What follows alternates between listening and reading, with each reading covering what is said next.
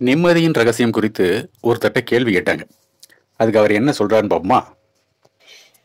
Sir, உங்ககிட்ட ஒரு கேள்வி கேட்கணும். கொஞ்ச நாள் உங்களை கவனிச்சுட்டு வரேன். உங்க முகத்துல ஒரு தேஜஸ் தெரியுது, ஒரு பிரைட்னஸ் தெரியுது, ஒரு நல்லா பளிச்சுன்னு இருக்கீங்க, ரொம்ப ஹாப்பியா இருக்கிறீங்க. ஏதாவது அதுக்கு சீக்கிரட் இருக்கா? ஏதாவது எக்ஸசைஸ் எதுவும் பண்றீங்களா? யோகா, மெடிடேஷன் அந்த மாதிரி ஏதாவது பண்றீங்களா? பிராணாயாமம் இந்த மாதிரி ஏதாவது எக்ஸசைஸ் எதுவும் பண்றீங்களா? இல்ல ஜிம்முக்கு போய் ஏதாவது ஒர்க் அவுட் பண்றீங்களா? இல்லைன்னா காலையில ஈவினிங் இந்த மாதிரி விளையாட்டுகள் ஏதாவது ஃபுட்பால், பேட்மிண்டன் அந்த மாதிரி விளையாடுறீங்களா? என்ன பண்றீங்க?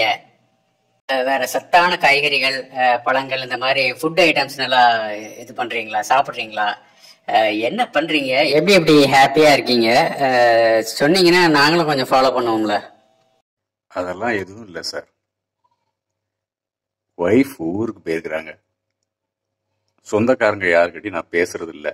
யாரும் என்கிட்ட கால் பண்ணியோ நேர்லையோ பேசுறது இல்லை. ஃப்ரெண்ட்ஸ் யாரும் நான் அதிகமாக வச்சுக்கிறது இல்லை. ஸோ என்னை சுற்றி உள்ள மனிதர்கள் அவர்களுடைய அடர்த்தியை நான் குறைச்சிட்டேன். அதுவாக அமைஞ்சிருக்கு எனக்கு.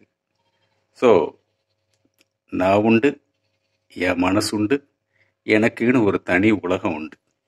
அதில் நான் நிம்மதியாக இருக்கேன். அவ்வளோதான் சார், வேற ஒன்றும் இல்லை. நெஞ்சமாலயம் நினைவே தேவதை நிதமும் ஆனந்தம் சிவசம்போ.